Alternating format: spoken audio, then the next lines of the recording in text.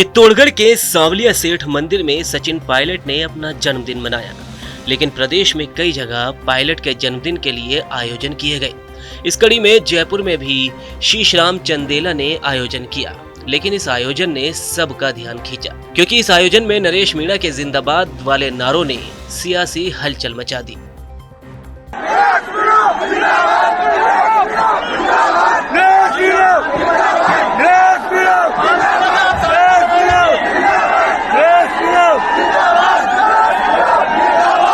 दरअसल 7 सितंबर 2025 को कांग्रेस के राष्ट्रीय महासचिव और राजस्थान के पूर्व उप मुख्यमंत्री सचिन पायलट ने अपना 48वां जन्मदिन मनाया।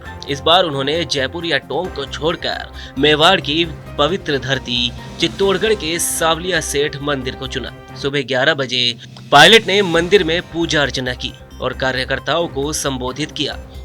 उनके समर्थकों ने उदयपुर से लेकर चित्तौड़गढ़ तक जगह जगह उनका भव्य स्वागत किया। पायलट ने कहा कि मेवाड़ में कांग्रेस हमेशा से मजबूत रही है और कार्यकर्ताओं का ये जोश दिखाता है कि हम भविष्य में और ताकतवर होंगे।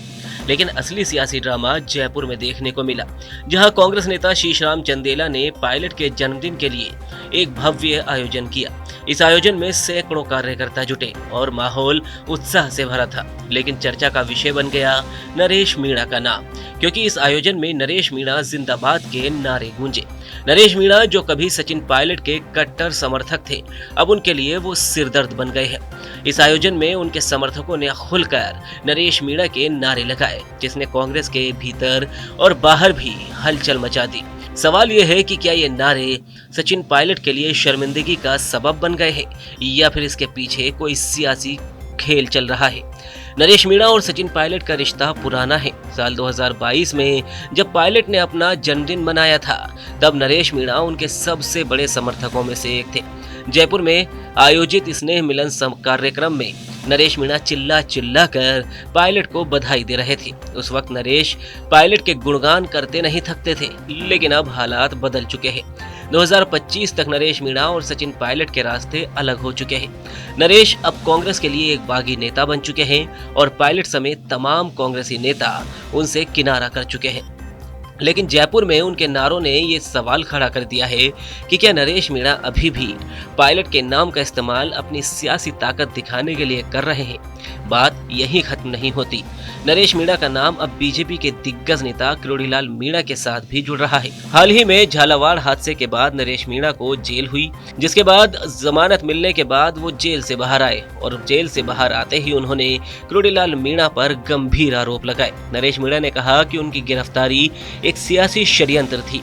वहीं किरोड़ीलाल मीणा ने भी नरेश पर कई आरोप लगाए और दोनों के बीच जुबानी जंग छिड़ी। लेकिन सवाल यह है कि नरेश मीणा के जिंदाबाद नारे जयपुर में क्यों और कैसे गूंजे।